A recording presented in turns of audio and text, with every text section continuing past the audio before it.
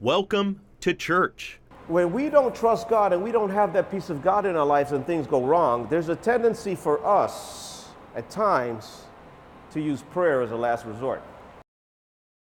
Aboard the aircraft carrier USS George H.W. Bush.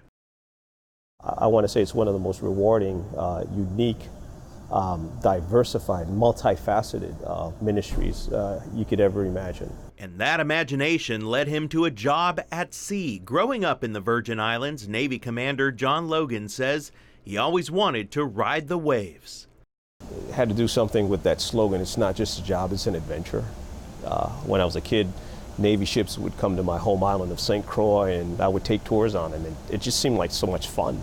After high school, Logan felt called to the ministry, so he checked out the Navy's Chaplain Corps. So you guys at services tomorrow? You be at service tomorrow, 10:30?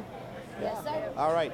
Chaplain Lloyd's bringing down the word. Navy chaplains serve as the Chaplain Corps, not just for the U.S. Navy, but also the U.S. Marines and the U.S. Coast Guard. They provide a visible reminder of the presence of God and offer hope when our men and women of the armed forces are going through some of the most difficult times, especially when they're months out at sea. I don't want people to have to go into these hard situations in the military setting without being reminded that God loves you. And so do I. And I want them to be able to hear that. I want them to be able to experience that in everything that I do. And I have no responsibility to make anybody a United Methodist.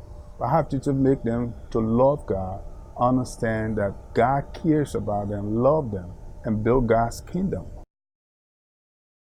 Providing ministry and spiritual support is something Navy chaplains have done since a 1775 congressional declaration. On a ship nearly as long as the Empire State Building is tall and a temporary home for some 5,000 people, it can be also one of the loneliest places for a young sailor. When I first came on board, I needed the chaplain's help a lot. Carolee Morrow says she needed help because she wasn't battle ready when the Navy called her to deploy.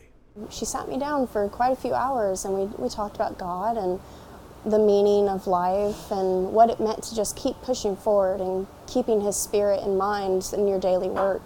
And it really pushed me through. It helped me a lot, and I'm sure that they do the same with other sailors. And also for commanding officers. So chaplains, in a sense, provide readiness. They allow us to put sailors back into the fight. And so they're more than just providing religious accommodation. They provide counseling services, they provide suicide prevention techniques, they provide life skills, all these things that matter to putting sailors back on duty so that we can defeat our enemies. It's a delicate process because everything said between a chaplain and a sailor is confidential. I am here so you can be successful. I am here so you can be battle ready. So whatever I can do with the help of the Lord to get you where you need to be, you know, to get you on your feet, to get you in the right course of direction, to set you up on, you know, leading you towards your goals. And you've got it, and you go forward. I've done my job.